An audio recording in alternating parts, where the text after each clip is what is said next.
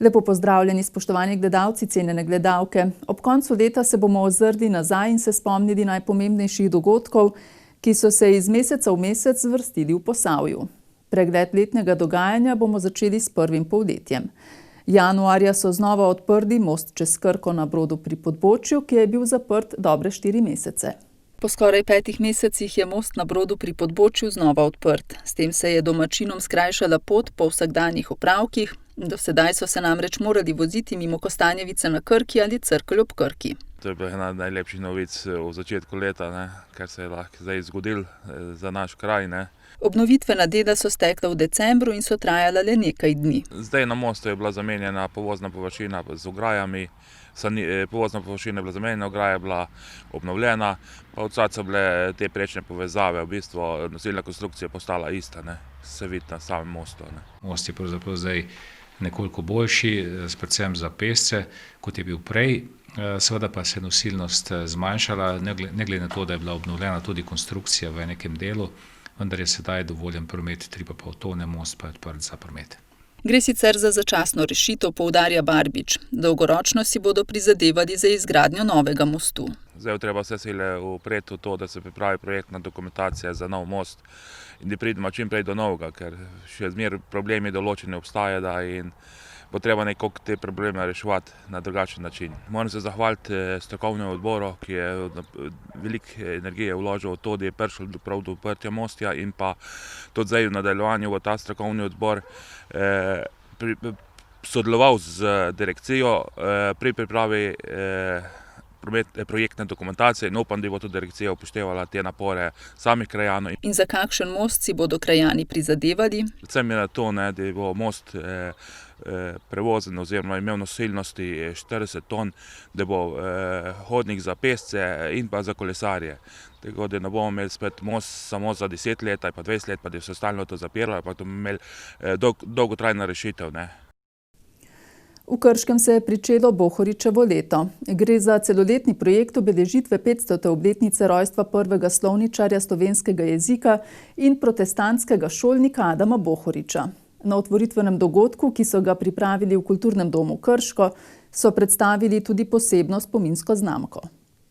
V Krškem bodo z nizom dogodkov in različnimi aktivnostmi poskušali osvetliti pomen Bohoričevega deda in njegovo vlogo v slovenski kulturni zgodovini. Bohoričevo leto je sestavljeno iz niza strokovnih predavanj, ki jih bomo izvajali v Mestnem muzeju Krško, iz niza pogovornih večerov, ki se bodo izvajali v Kulturnem domu Krško. Ob tem pripravljajo niz literarnih večerov z vidnimi slovenskimi literarnimi ustvarjalci, ki jih pripravljajo v sodelovanju z Valvazorjevo knjižnico Krško. Jeseni izide strip avtorja Boštjana Gorenca Pižame, ki zaenkrat nosi delovni naslov Protestanti v stripu. Pri tem je aktivno vlogo odigral direktor zavoda Škratelc, Uroš Grilc in pa sodelavec Žiga Kump, ki sta nekako željo po vzoru Cankarja v stripu, ki je bil odmeven, želela, da tudi v našem prostoru, se pravi posebej za osnovnošolce in srednjošolce, ki jim je strip vse bolj bližja literarna zvrst, oblikujemo knjigo, ki bo inovativna, sodobna in na nekoliko drugačen način predstavila 500 let stare teme in avtore. Pobudo kulturnih ustanov za obeležitev 500-letnice rojstva Adama Bohoriča je podprla krška občina. Lahko rečem, da smo Slovenci mogoče malo preskromni in se teh ljudi, ki so veliko pomenili v naši zgodovini, nam tudi dali neke temelje slovenskega jezika in Slovencev na splošno kot naroda, da se jih mogoče malo premalo spominjamo. Smo mogoče tudi malo premalo ponosni na njih. Zato se mi zdi pomembno, da je prišlo do te pobude, da bi letos obeležili to leto rojstva s primernimi dogodki in s primernim številom dogodkov in proti koncu leta tudi z osrednjo akademijo tudi proslavili ta veliki praznik oziroma veliki dogodek. Na otvoritvenem dogodku je potekala tudi slovesna predstavitev priložnostne poštne znamke iz serije Znamenite osebnosti, posvečene Adamu Bohoriču. Znamko je predstavila Pošta Slovenije, o njenem simbolnem pomenu pa so spregovorili filatelisti. Za vsako znamko se mora od 2 leti prej začeti zbirati podatke in dati prošnjo na Pošto Slovenije. Pošta Slovenije pa v sestavi Pošte Slovenije in dodatnih članov tega izbornega tima pač izberejo najboljšo možnost in najboljšo pač letnico daje pomembnosti v tistem letu. In med velikimi temi obletnicami je vsekako tudi Bohorič svojo 500. obletnico rojstva. V Kulturnem domu Krško za program namenjajo okoli 30 000 evrov. Tu gre za tako sredstva občine Krško, kot tudi naša lastna sredstva. Prav tako bodo tudi vsi sodelujoči partnerji z lastnimi viri ali pa iz svoje kvote sredstva namenili še sredstva. Tako da v tem trenutku težko rečem, kakšna bo končna številka, zagotovo pa višja od 30 000 evrov. Žal do podpore strani ministrstva ni prišlo, seveda pa leto še ni dokončano. Jaz sem prepričan, da ko se bodo enkrat uredile zadeve na nivoju države, se pravi vlade in tako naprej, da bomo tudi uspeli s tem, da nam bodo prisluhnili in dobili kakšen evro tudi za soorganizacijo teh proslav. Z Bohoričevim letom Kulturni dom Krško med drugim obeležuje tudi jubilejno 10. obletnico delovanja Mestnega muzeja Krško. Na predvečer slovenskega kulturnega praznika je v Krškem kulturnem domu potekala osrednja občinska slovesnost, na kateri so domačim ustvarjalcem podelili Prešernove plakete in priznanja. Zlato Prešernovo plaketo so za izjemno bogato delo na področju gledališča podelili Boži Ojsteršek, dolgoletni režiserki gledališke skupine DKD Svoboda Senovo. V Krškem so ponovno gostili ustvarjalce in snovalce kulturnega življenja v občini. Ob kulturnem prazniku so se s priznanji in plaketami že tradicionalno poklonili tistim, ki so v zadnjih letih na področju ljubiteljske kulture pustili največji pečat. Najžlahtnejšo zlato Prešernovo plaketo je letos prejela dolgoletna gledališka ustvarjalka Boža Ojsteršek. Prejeti Prešernovo plaketo se mi zdi častno. Ne zdi se mi to samo to, da opazijo tudi drugi, da delaš nekaj, kar je na kulturnem nivoju več kot pričakovano, ampak je to posebno priznanje, ki poboža dušo in srce in da navdih in da tudi zagon. Prejeti zlato Prešernovo plaketo, to pa se mi zdi pa veličastno, tako tudi nameravam reči zvečer, zato ker je to nagrada, potrditev za življenjsko delo.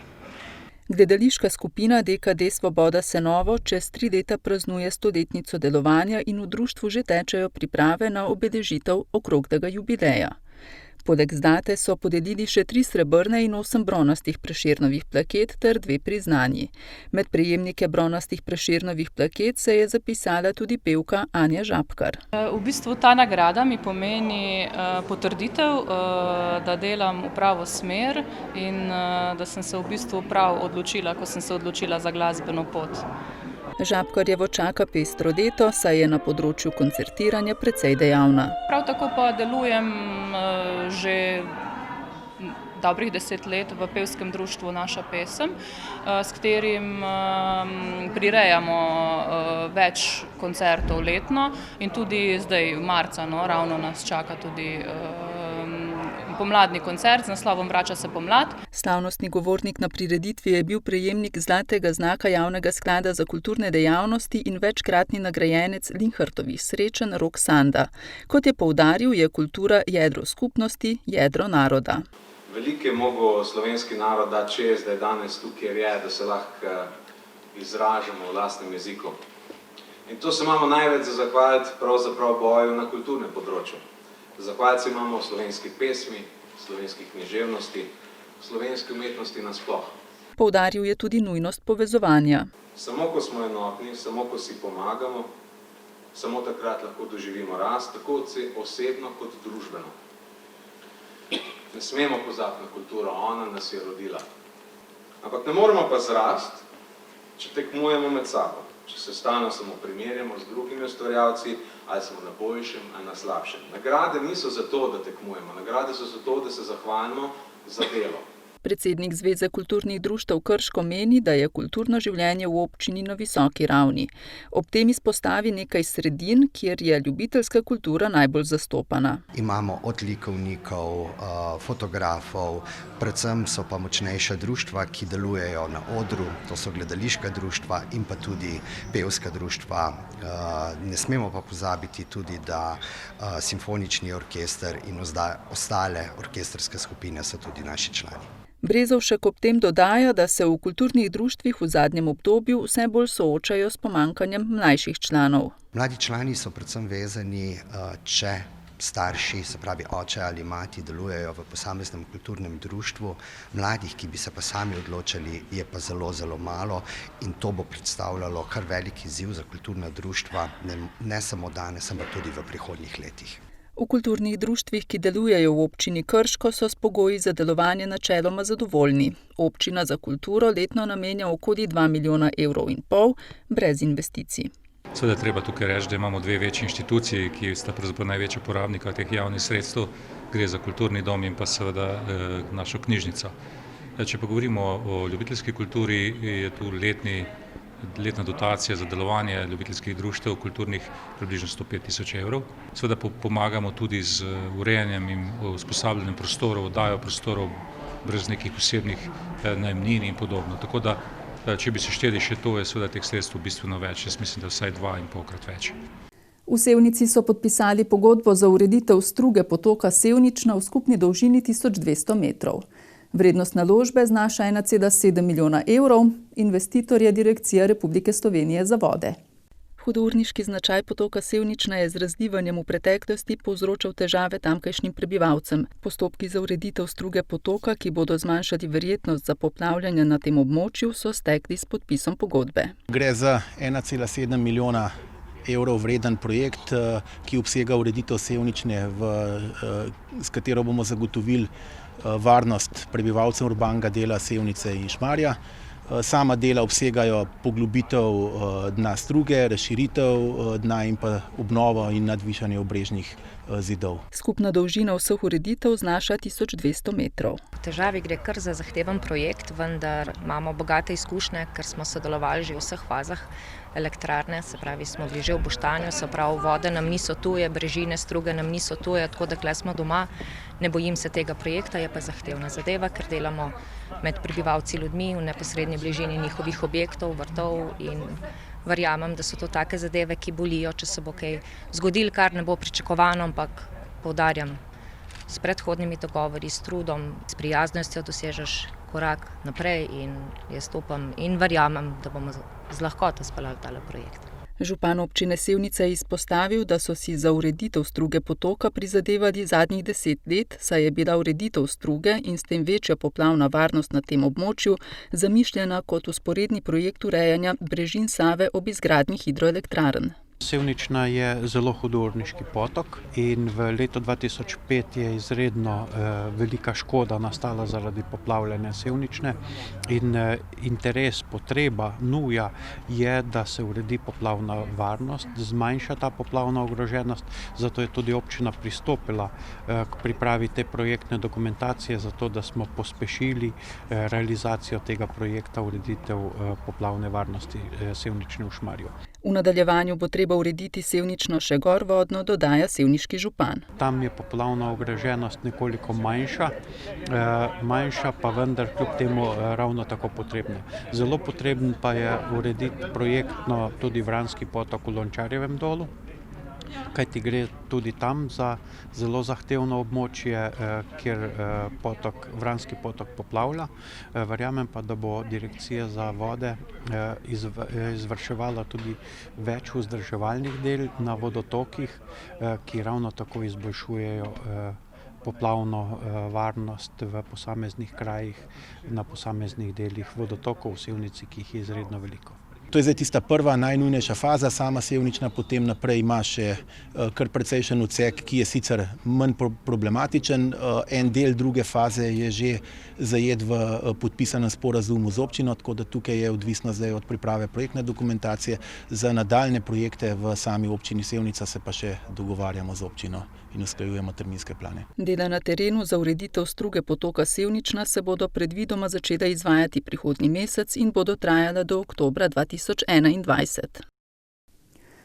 V Sloveniji se je marca, da bi se zajezilo širjenje okužbe z novim koronavirusom, ustavilo javno življenje. Epidemija je močno prizadela turizem, v tej panogi smo tako priča situaciji, ki je doslej nismo poznali.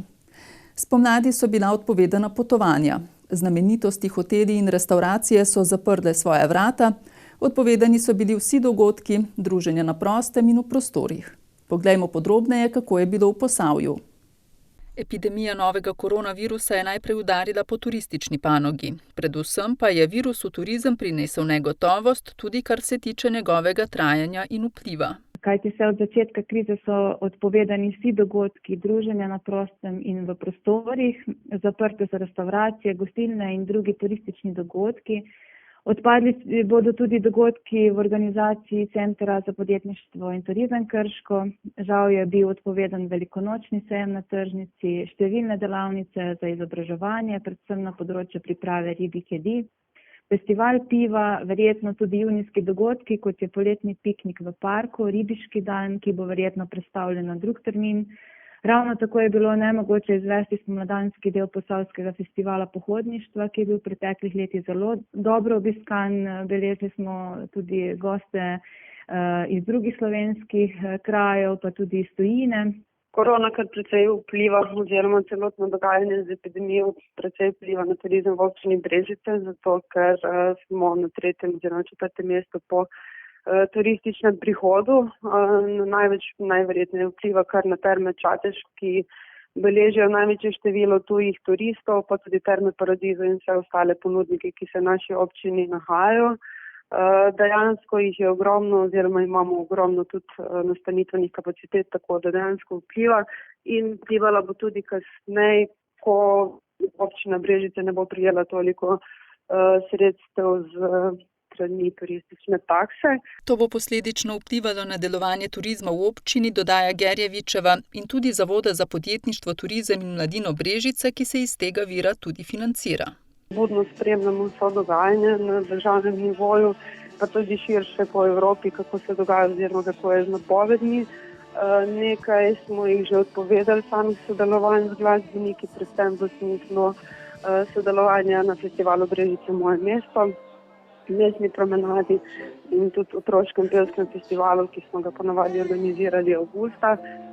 Sicer vseh aktivnosti nismo še odpovedali, ampak pričakujemo, da bomo to nekako storili v prihodnjem mesecu, ker verjetno ne bojo dovolili množičnih zbiranj. Priporočila Slovenske turistične organizacije so takšna, da se dogodki naj ne bi prestavljali, kajti je že časovnica že čez celo leto in te večji dogodki so nekako že zabeleženi v tej nacionalni shemi. Tako da žal festivala piva sigurno ne bomo mogli izvesti v letošnjem letu in se prestavlja dejansko na drugo leto. Zdaj nekako dogodki na tržnici se tudi sledijo nekemu zaporedju, tudi teh ne bomo mogli izvesti. Verjetno pa se bodo ukrepi sproščali postopoma, tako da bo treba tudi pri tem potem upoštevati ta določila. Zavedanje je bilo takoj, da spomladanska sezona bo izgubljena, da se bo dejansko to prenašalo še v naslednje mesece. To se je videlo že takoj v marcu, ampak zdaj je potrebna osredotočenost na jesenski del, na martinovanje, predvsem pa naslednje leto. Ni pa v bistvu to vplivalo samo na turizem, ampak je vplivalo tudi na izvedbo raznih dogodkov, prireditev, srečanj, ker naš zavod izvaja tudi različne projekte, so se ustavile tudi te aktivnosti. Največji izziv je trenutno prilagodljivost. Predvsem krajša potovanja bodo gonilo okrevanja turistične panoge, je prepričana Pernovškova. Iskali bodo varna potovanja, sam način potovanja se bo spremenil, drugo razmišljanje bo mogoče bodo bolj osredotočeni na naravo, jasno pa, ker so bili izdani strani države tudi določeni ukrepi. Tudi to vpliva na to, da je še vedno mogoče malo prisoten ta strah glede varnosti, predvsem pa tega druženja. Enostavno smo usmerjeni v to, da bomo začeli pripravljati oziroma smo že kar v tej fazi priprave teh ogledov, popotovanj za posameznike in družine. In kakšne bodo posledice v Posavju? Jaz mislim, da kar precejšnje, glede na to, da večina turistične takse pa tudi prihoda turistov pride z naslova tujih turistov, pa tudi z tega naslova, ker nekako v Brežicah je vseeno prepoznan množičen turizem, sploh kar se tiče Term Čatež, pa tudi nasploh mislim, da se bo poznalo, ker tudi med ljudmi nekako začutiš strah, ki bo verjetno ostal tudi potem, ko bojo določeni ukrepi sproščeni. Še vedno računamo, da mogoče v jeseni bo kakšen obisk, da ne bo ničana, ker je še vedno to martinovanje in neko decembrsko dogajanje, ampak vendar se zavedamo, da bo izpada veliko, glede na to, da tudi usmeritev je zdaj v domače goste, v manjše skupine. Na drugi strani bodo mogoče tudi določeni stroški narasti, predvsem kar se tiče promocije. Tukaj bomo mogli poudarek na digitalizaciji narediti. Dejstvo je pa, da se bomo mogli tudi malo več povezovati s ponudniki, kar je mogoče tudi prednost in hkrati izziv za njih in za nas, da najdemo neke novejše, inovativne priložnosti, čeprav mi smo že kar nekaj začeli razmišljati, da bi izvajali tudi neke degustacije s pomočjo teh drugačnih pristopov, ampak še vedno tudi tukaj je potem izziv, kako prepričati ljudi, da je tovrstna ponudba lahko zanimiva. Ja, na Centru za podjetništvo in turizem smo se takoj zavedli, da bo kriza zelo prizadela turizem, zato smo tudi delamo s polno aktivnostjo vsi zaposleni. Tako bomo v prihodnjih dneh objavili prenovljeno spletno stran Visit Krško, ki bo usklajena z novo podobo, v skladu s sprejeto celostno podobo v preteklem letu, ki je sprejela občina Krško. Skupaj s ponudniki smo oblikovali pakete, ki jih bo možno kupiti že sedaj pri ponudniki, gostje pa jih bodo lahko unovčili po sprostitvi ukrepov. Pripravi je tudi nova brošura Okusi Posavja in srčno upamo, da bomo letošnji festivalski del Okusa Posavja lahko izpeljali. Ta bo predviden 27. avgusta do 5. septembra. Ker je veliko dejavnikov še neznanih, so napovedi razvoja turizma v letošnjem letu precej negotove, sicer pa je že zdaj znano, da posledice bodo. Zato bo okrevanje te gospodarske panoge najbrž trajalo več let. Jernej Vrtovec in Andrej Vizjak, ministra za infrastrukturo ter okolje in prostor, sta v aprilu obiskala hidroelektrarno Brežice. Vizjak je opozoril na pomembnost dokončanja verige spodnjesavskih elektrarn in dejal, da dovoljenje za gradnjo zadnje v verigi, hidroelektrarne Mokrice, pričakuje še letos. Več pa v nadaljevanju. Minister za infrastrukturo Jernej Vrtovec in minister za okolje in prostor Andrej Vizjak sta si v petek ogledala hidroelektrarno Brežice. Vrtovec je projekt hidroelektrarn na spodnji Savi označil za dober in uspešen primer. Imamo v Sloveniji izvrstno priložnost, na to, da smo tudi vodno bogata država, da izkoristimo reke v vsej polnosti za energijo. In dober primer je ta primer na spodnji Savi. Želim poudariti pomembnost investicije tudi še zadnjega dela v tem mozaiku, to so Mokrice. V Ministrstvu za infrastrukturo ima podjetje podporo, da pridemo končno v upoštevanje vseh deležnikov, ki so v tej zgodbi, tudi okoljevarstvenikov, da pridemo do končnega rezultata in da začnemo z gradnjo in to investicijo čim prej. Sleherni poseg v prostor je kompromis med ohranjanjem in varovanjem narave in okolja ter hkrati razvojnimi potrebami družbe, je ob tem povedal okoljski minister. Prav takšen je tudi projekt hidroelektrarn na spodnji Savi. Gre za večnamenski projekt pridobivanja obnovljivega vira energije oziroma pridobivanja električne energije iz obnovljivega vira in hkrati protipoplavna zaščita, bogatenje podtalnice, bogatenje vodnih virov ob seveda spoštovanju vseh strogih naravovarstvenih pravil. Tako si predstavljam tudi v prihodnje vse projekte in tudi projekt hidroelektrarne Mokrice mora seveda biti kompromis med razvojnimi potrebami družbe in projekti oziroma zahtevami po ohranjanju narave in okolja. V časih, kakršni smo zdaj, ko vidimo, kako je ranljivo gospodarstvo, svetovno gospodarstvo, se mi zdi, da je ključnega pomena, da ima Slovenija svojo vodo, svojo energijo in pa svojo hrano. In te tri zadeve so ozko vezane tudi na hidroelektrarno oziroma na take večnamenske projekte, kot je ta.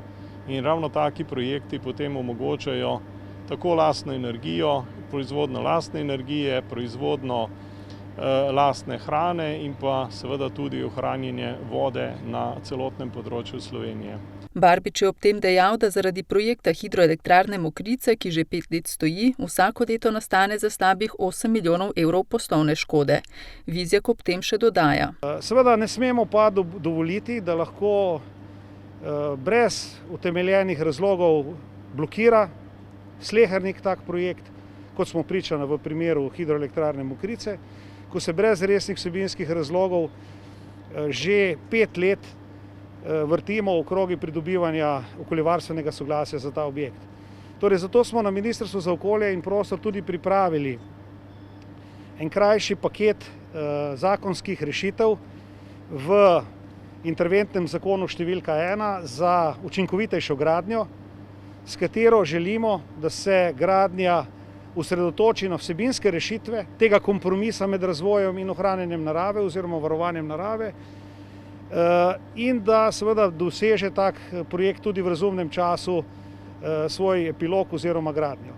Vizjak se je odzval na očitke nevladnih organizacij, da želi vlada s predlaganimi popravki prvega protikoronskega zakona potihoma omogočiti naložbe v projekte, škodljive za okolje in da s tem na široko odpira vrata vlagateljem.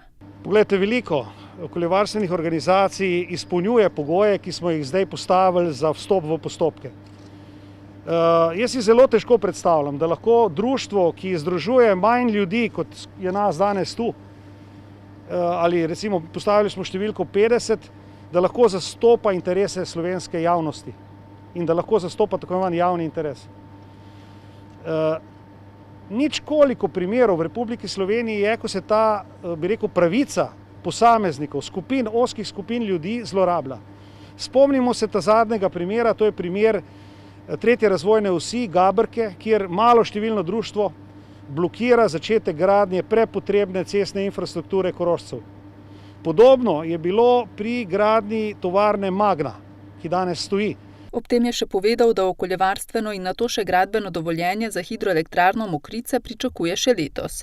Poudaril je pomembnost te naložbe in zagotovil, da bodo storili vse, da se čim prej nadaljuje. Gotovo v letošnjem letu, če bojo seveda obveljale te zakonske spremembe, ki jih je vlada že potrdila in če jih bo potrdil tudi Državni zbor še v aprilu, te predvidevajo določene hitrejše možnosti pridobivanja dovoljenj, ne da bi trpela okoljska vsebina. To se zame zdi ključno poudariti, kajti nekateri menijo, da bomo nekaj pohitrili, da bomo rokohitrsko delali na račun vsebine. Ne. Okolje, narava, vse te stvari so vrednota, ki morajo biti rešpektirane, spoštovane, vendar na postopkovno učinkovit način, da lahko investitor v doglednem času tudi začne z delom. Torej, pričakujem, da v letošnjem letu bo izdano gradbeno dovoljenje, ali bo pravnomočno ali ne, ni odvisno od nas, ampak je odvisno od morebitnih pritožnikov. Gotovo pa se lahko gradnja začne v prvih mesecih prihodnjega leta. Po 2 mesecih izobraževanja na daljavo so se maja v šolo vrnili učenci prve triade. Preverili smo, kako so se na pouk v novih razmerah pripravili na osnovni šoli Jurija Dalmatina Krško. V šolske klopi krške osnovne šole so se vrnili učenci 1., 2. in 3. razreda. Na šoli so sicer morali zadostiti številnim pogojem. Na prvem mestu je tisto, da bomo zadostili vsem higienskim in pa varnostnim ukrepom, ki nam jih nalaga Nacionalni inštitut za javno zdravje, kar pomeni, da smo morali skupine oziroma oddelke razdeliti v manjše skupine. Pri nas so to skupine zdaj po 15 učencev, torej 22 skupin imamo zdaj od prej, ko smo imeli 11 oddelkov od 1. do 3. razreda.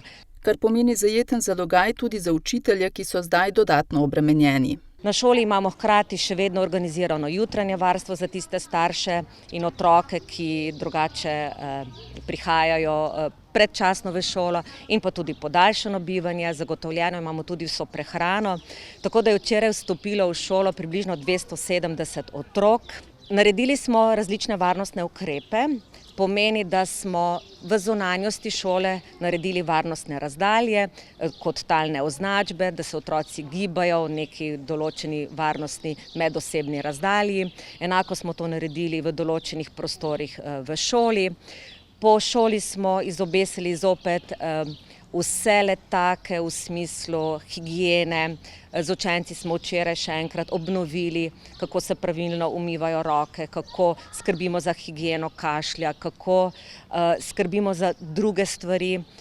Ves čas gledamo na to, da so prezračene učilnice. Posebno skrb namenjajo tudi delitvi malic. Torej zopet pred malico očistiti vse površine mizic, razkužiti roke, ravno tako ob vstopu v šolo razkužiti roke.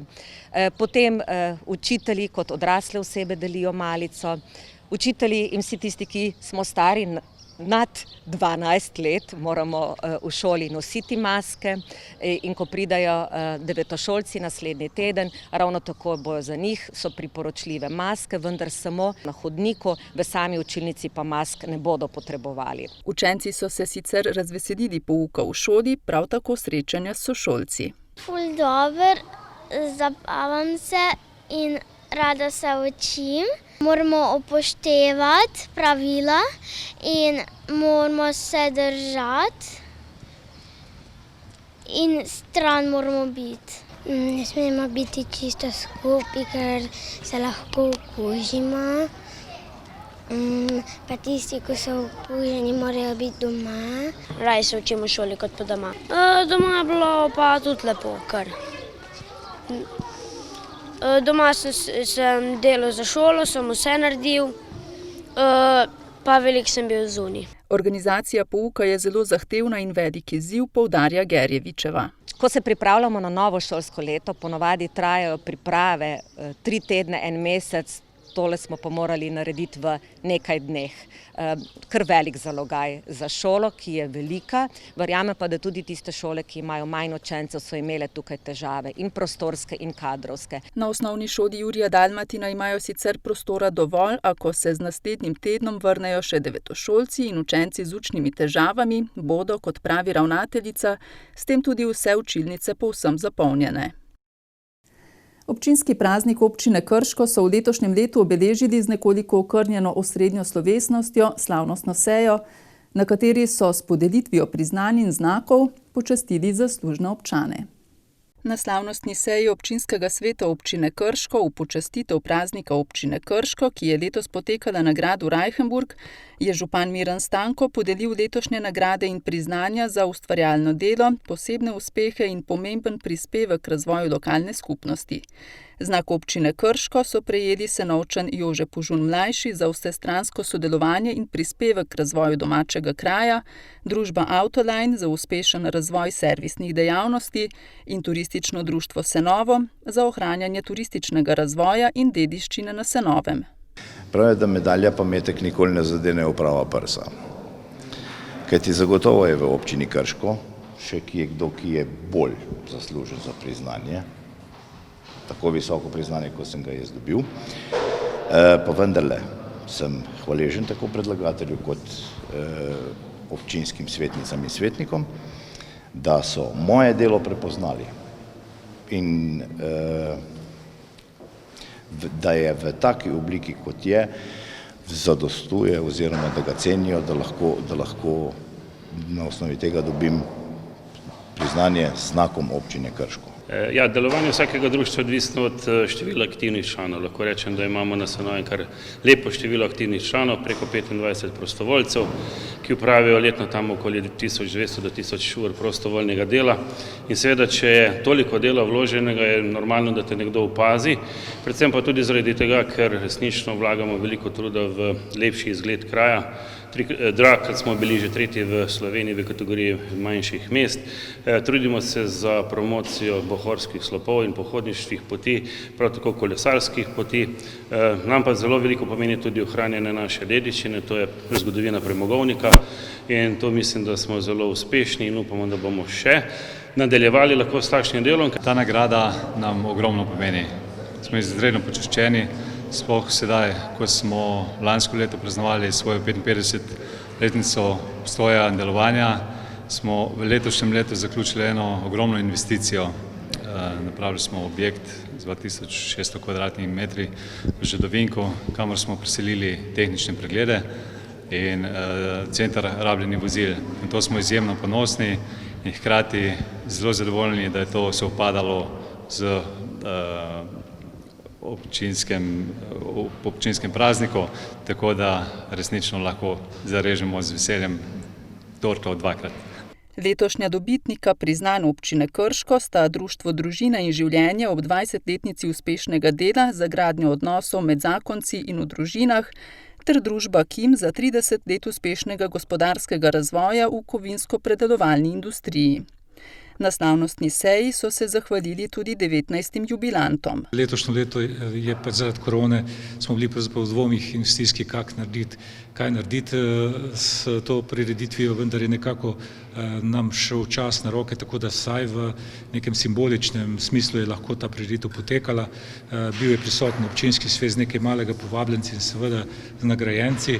Jaz mislim, da si tudi letošnji nagrajenci zaslužijo ustrezno priznanje, ki gre tudi skozi to, da se izvede ustrezna publiciteta in da je seveda s neko svečanostjo to priznanje, ki so ga zaslužili, tudi predano. Namreč priznanja, ki so jih dobili letos, niso nič manj vredna, kot so bila tista v lanskem in predlanskem in preteklih letih. Sicer pa je občinski praznik tudi čas za analizo dela v preteklem letu. Seveda največji dosežek je bil vsekakor otvoritev obvoznice, ki je 10-letni projekt, ki je bil dokončan. Potem je tukaj tudi kar nekaj dokončanih ulic v lanskem letu, dokončali smo tudi večnamenski dom na Zdolah. Skratka, bilo je kar veliko investiranja in skoraj da, kot sem rekel, za 60 milijonov evrov. Tudi letošnje je investicijsko bogato, za naložbe namreč namenjajo kar 20 milijonov evrov. Seveda bi v spredje postavil nekako 3 projekte in sicer je to knjižnica, ki je bila nekako gradbišče odprto praktično v teh dneh, ravno pred praznikom. Gre za približno 8 milijonov vreden projekt, potem je tukaj gradnja poklicne gasilske enote oziroma doma poklicne gasilske enote, projekt vreden približno 3,3 milijona evrov in pa na področju družbenih dejavnosti še gradnja vrtca na Senovem, ki naj bi tudi bil v letošnjem letu, nekje proti koncu leta dokončan oziroma v januarju naslednje leto. Tudi ta investicija je vredna približno 3,3 milijona evrov skupaj z opremo. Seveda pa je še veliko manjših projektov, ki jih bodo izvajali v letošnjem letu. Gre predvsem za obnovo cest, ulic in kanalizacijskih sistemov. Junija so na obnovljenem sevniškem bazenu odprli kopalno sezono. Na novinarski konferenci, ki je potekala tik pred odprtjem, so predstavili potek obnove bazena. Obnova bazena Sevnica je bila zaradi dotrajanosti bazenske školjke in zastarelosti tehnologije za ustrezno pripravo kopalne vode nujna.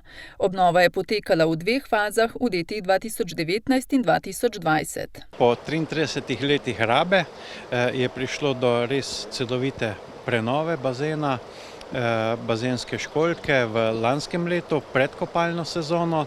Tako da je bila lanska kopalna sezona v novi prenovljeni bazenski školjki in ob stari strojnici, ki je pripravljala vodo v starih filtrih in je bila uspešno ta sezona tudi lanska zaključena. S 1. septembrom pa se je pričela prenova bazenske strojnice, tako da je sedaj prenovljeno vse. Sama investicija je zahtevala 1 200 000 evrov vložka. Kar je izredno veliko. Pa vendar kvalitetna prenova je zahtevala ta sredstva in verjamem, da bo zopet za nekaj desetletij ta prenova lahko služila svojemu namenu. Za nas kot upravljalce po lanski sezoni, ki je bilo nekoliko slabše, vreme nam je malo zagodlo in glede na to, da je že tudi naša strojnica bila dosti dotrajana, Smo veseli, da se je investicija zaključila, da je občina k temu pristopila in vsako leto nekaj sredstva vložila, ker danes lahko rečemo, da je bazen zelo primeren za uporabo, da lahko na lažji način upravljamo z vodo, da kljub temu, da smo že do zdaj bili znani nekako po dobri vodi, bo to zdaj avtomatizirano lažje, z manj strahu, kako se bo vsak dan znova odvil. Pernovškova je ob tem predstavila načrte za letošnjo kopalno sezono. Čas je pač tak, da moramo upoštevati določena priporočila zaradi varnosti obiskovalcev in nas samih. Kljub temu smo pripravili pester program, ki nekako ne bo zaostajal za preteklimi leti, razen otvoritveni dan ne bo imel te otvoritvene atrakcije. Bomo pa poskrbeli za animacije za najmlajše ob četrtkih, ponedeljkih, sredah in petkih bomo imeli aerobiko. Poskrbeli bomo tudi za druge animacije v vodi in ob vodi. Dajali bomo priporočila in obiskovalcev nekako spodbujali k upoštevanjem tem varnostnih ukrepov, da pač se dezinficirajo ob prihodu na bazen, da upoštevajo varnostno razdaljo, kar je danes zelo pomembno. A vendar so prepričani, da z izvajanjem teh programov lahko dajejo zgled, čeprav imajo s tem določene dodatne obveznosti. Naša nekako posebnost je, da vsakemu obiskovalcu omogočimo tudi uporabo ležalnikov in pa senčikov in ležalniki tokrat bodo morali biti dodatno dezinficirani po vsaki uporabi, pa vendar nadejamo se dovolj velikega števila obiskovalcev, predvsem zato, ker pokrivamo tako Sevnico kot nekako to dolino do Trebnjega in zasavski del. Prihajajo družine, mlajši posamezniki in prepričani smo, da če nam bo služilo dobro vreme, da bomo vsi zadovoljni. V tem kompleksu športno-rekreativnih objektov, pa tudi turističnih, je bazen en bistven element. Verjamem, da bo ne zgolj v njem rekreacija in zabava, pa da to v letošnjem letu predstavlja tudi turistično zanimiv objekt, kajti pohodniki, kolesarji, tudi ribiči bodo v delu, upam, koristili ta bazen kot dodatno ponudbo, če bodo nekaj dni preživeli v Sevnici ali v okolici na nekem aktivnem oddihu. Pregled prvega polletja s tem zaključujemo. Naslednji torek pa vabljeni k ogledu Posavskega tednika, v katerem se bomo sprehodili skozi drugo polovico letošnjega leta. Hvala za pozornost in nasvidenje.